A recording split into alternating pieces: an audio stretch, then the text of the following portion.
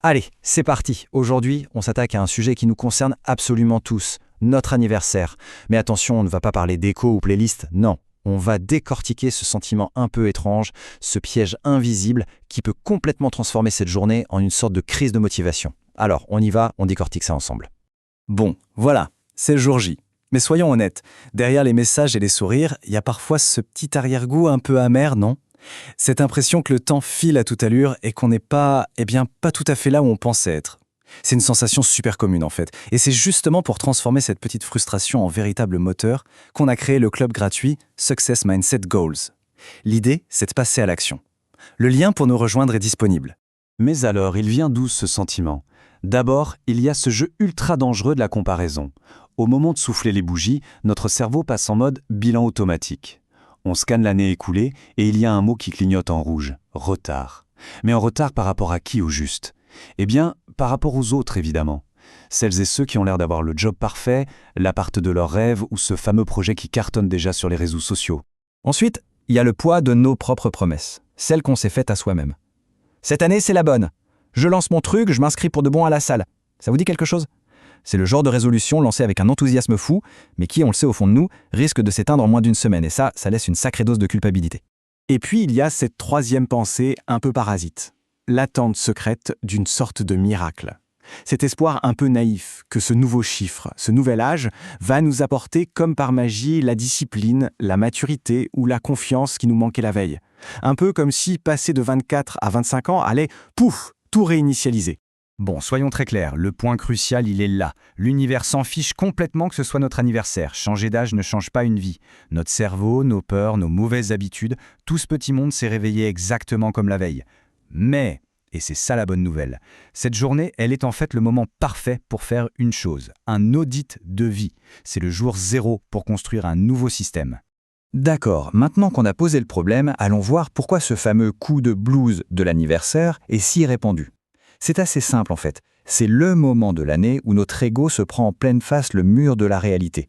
Notre cerveau calcule l'écart, parfois immense, entre notre potentiel imaginaire, tout ce qu'on rêvait d'accomplir, et l'exécution réelle, ce qui a été fait concrètement. Et c'est là qu'on voit bien la différence. D'un côté, il y a le mode passager. On subit un peu, on laisse les algorithmes, la procrastination dicter nos journées, on vieillit par défaut en quelque sorte. Et de l'autre, il y a le mode pilote. Là, on prend des décisions, on fixe des intentions claires, on construit activement sa vie. Le blues de l'anniversaire, finalement, c'est souvent le réveil brutal du passager qui réalise qu'il n'est pas du tout aux commandes de l'avion. Et si cet écart fait mal, en réalité, c'est un signal super sain. Cette douleur, ce n'est pas un échec, c'est un indicateur. C'est comme un voyant rouge qui s'allume sur le tableau de bord pour nous dire « Attention, il est peut-être temps de passer du siège passager au siège pilote ». C'est le signal qu'il faut reprendre les commandes. Mais attention, le chemin est un peu semé d'embûches. Justement, parlons-en de ces pièges. Parce que l'euphorie de l'anniversaire, ça peut être un moteur puissant, c'est vrai, mais ça peut aussi nous envoyer tout droit dans des erreurs qui vont saboter le moindre changement avant même qu'il ait eu le temps de commencer. En voici 3 des grands classiques. Premièrement, le piège du nouveau moi, cette envie de tout révolutionner d'un coup. Ça, c'est la recette parfaite pour l'échec. Deuxièmement, le syndrome du « je suis trop vieux pour ça ». Entendre à 25 ans qu'on a déjà raté le train, c'est juste absurde. C'est l'échauffement de la vie, ce n'est pas la fin. Et troisièmement, la fuite dans la fête. Célébrer, bien sûr, mais pas pour éviter le face-à-face nécessaire avec soi-même. Maintenant, passons à quelques vérités qui piquent un peu, mais qui sont absolument fondamentales. La première, on est le résultat direct de nos choix des 12 derniers mois. L'état de notre compte en banque, de notre santé, de nos relations, tout ça, ce n'est pas le fruit du hasard, ce sont les conséquences de nos actions passées. Et il faut en prendre la pleine responsabilité pour pouvoir changer la suite. La deuxième vérité, elle est encore plus directe. Personne ne viendra nous sauver. Il n'y a pas de mentor magique qui va apparaître, pas d'opportunité tombée du ciel, pas de bon moment parfait. Si cette année doit être différente, c'est à nous et à nous seuls de faire le travail.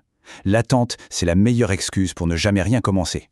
Et enfin, la troisième vérité qui est un puissant appel à l'action. Il faut arrêter de se lamenter sur le temps perdu. Le regret, c'est un poison qui paralyse. Oui, le meilleur moment pour lancer ce projet, c'était il y a 1 an. Mais le deuxième meilleur moment, c'est maintenant, aujourd'hui. Alors comment on fait, concrètement ? Ok, passons du constat à l'action. Voici une méthode vraiment pratique, structurée en 5 étapes pour transformer cette journée de blues potentielle en une vraie session de planification stratégique pour l'année qui vient. C'est ça, l'audit d'anniversaire. Alors voilà comment ça se passe. Étape 1, le bilan brutal. On prend une feuille, on liste ce qui nous a donné de l'énergie et juste en face, ce qui nous en a pompé. Simple, sans filtre. Étape 2, la purge. On choisit une seule chose dans la colonne négative. Une habitude, une relation, un abonnement inutile. Et on décide de la laisser derrière nous. Une seule, c'est tout. Étape 3, l'objectif domino. On ne choisit qu'un seul grand objectif pour l'année. Celui qui, si on l'atteint, fera tomber tous les autres comme des dominos. Étape 4, l'ingénierie inversée. On part du résultat final et on découpe l'objectif en étapes trimestrielles, mensuelles, hebdomadaires. Et enfin, étape 5, la capsule temporelle. On s'écrit une lettre pour l'année prochaine, en décrivant au présent tout ce qu'on va accomplir. C'est un véritable contrat avec soi-même. Et pour vraiment ancrer cette nouvelle mentalité, il y a un concept philosophique hyper puissant qui vient soutenir toute cette démarche. C'est un vrai électrochoc sur notre rapport au temps. Ce concept, il est magnifiquement exploré dans le livre 4000 semaines d'Olivia Burkeman. C'est la lecture qu'on recommande cette semaine, un super antidote à cette obsession de la productivité un peu toxique et, franchement, une lecture parfaite pour un jour d'anniversaire. 4000. Voilà le chiffre clé. En moyenne, une vie humaine, c'est à peu près 4000 semaines. Quand on voit ce chiffre, comme ça, noir sur blanc, c'est à la fois terrifiant et incroyablement libérateur. Chaque semaine compte. Chaque petit carré sur un calendrier de vie, c'est une de ces 4000 précieuses semaines. Et ça force à se poser la question. À quoi est-ce que je dédie celle-ci ? Et le livre nous donne 3 idées fondamentales. La première, la limite est une force. Accepter qu'on ne pourra jamais tout faire, ça donne une valeur immense au choix qu'on fait. La deuxième, il faut abandonner l'illusion de maîtriser le temps. Le but, ce n'est pas de vider sa to-do list à l'infini, c'est de choisir les bons problèmes à résoudre. Et enfin, la joie de passer à côté, la JOMO. Pour accomplir quelque chose de grand, il faut accepter de rater plein d'autres choses. C'est le prix à payer pour l'excellence. Donc pour conclure, le message essentiel, c'est vraiment de changer radicalement de perspective.